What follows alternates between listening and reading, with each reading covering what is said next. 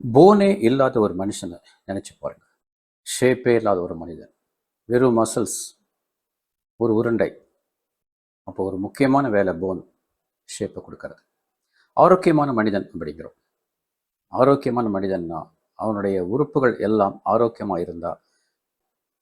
எலும்பு ஆரோக்கியம், healthy phone அப்படின்னா என்ன?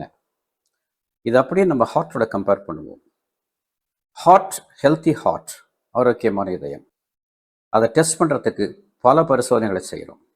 எக்ஸ்ரே எடுக்கிறோம், இசிஜி எடுக்கிறோம், எக்கோ எடுக்கிறோம், ட்ரெட்மில் எடுக்கிறோம், ஆன்ஜியோகிராம் முதற்கொண்டு எடுத்துடுறோம். இதையெல்லாம் வச்சு ஒரு ஹார்ட்டினுடைய அமைப்பு, அதனுடைய ஸ்ட்ரக்சர் எப்படி இருக்குன்னு பார்க்குறோம், அது எப்படி வேலை செய்யுதுன்னு பார்க்குறோம். இந்த மாதிரி என்ன டெஸ்ட் பண்ணி ஒரு போனுடைய அமைப்பு எப்படி இருக்குது, அதனுடைய வேலை என்ன? ஒரு ஹார்ட் ஒரே வேலை, பிளட்டை பம்ப் பண்ணுறது.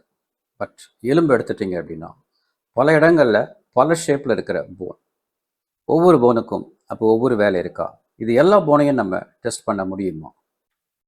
ஒரு ஹார்ட்டுக்கு அதிக வேலை கொடுத்து பார்க்குறோம். அந்த டிமாண்ட் அதிகமாகும் போது அந்த ஹார்ட் அதை ஃபேஸ் பண்ணி எல்லா இடத்துக்கும் பிளட்டை எப்பவும் போல் சப்ளை பண்ணுதா இல்லை கஷ்டப்படுதான்னு பார்க்குறோம். அதே மாதிரி போனுக்கு ஒரு டிமாண்டை க்ரியேட் பண்ணி இந்த போன் இந்த எக்ஸ்ட்ரா லோடை தாங்குமா அப்படின்னு எப்படி கண்டுபிடிக்கிறது? ஆரோக்கியமான போன் அப்படின்னு சொன்ன உடனே நம்ம என்ன சொல்லுவோம்? ஈஸியாக உடையக்கூடாது, ஃப்ராக்சர் ஆகாமல் இருக்கணும். அதை எப்படி டெஸ்ட் பண்ணுறது?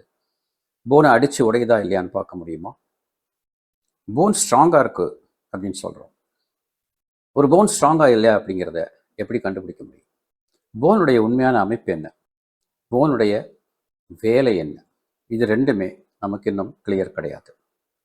போன் அப்படின்னு சொன்ன உடனே வைட்டமின் டி அப்படின்னு சொல்கிறோம். வைட்டமின் டி சரியாக இருந்தது, அளவு சரியாக இருந்தால் போன் ஸ்ட்ராங்குன்னு எடுத்துக்க முடியுமா?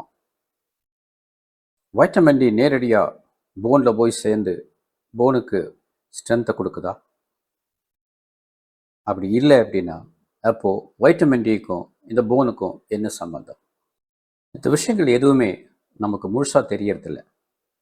ஒரு டாக்டருக்கு தெரிஞ்ச அளவு இதெல்லாம் தெரிஞ்சுக்கணும் அப்படிங்கிறது அவசியம் இல்லை. அப்படின்னா கூட உங்களுக்கு உங்களுடைய உடலில் இருக்கக்கூடிய பல வகையான போன், அதை பற்றி ஓரளவுக்காவது ஒரு நாலேஜ் வேணும்.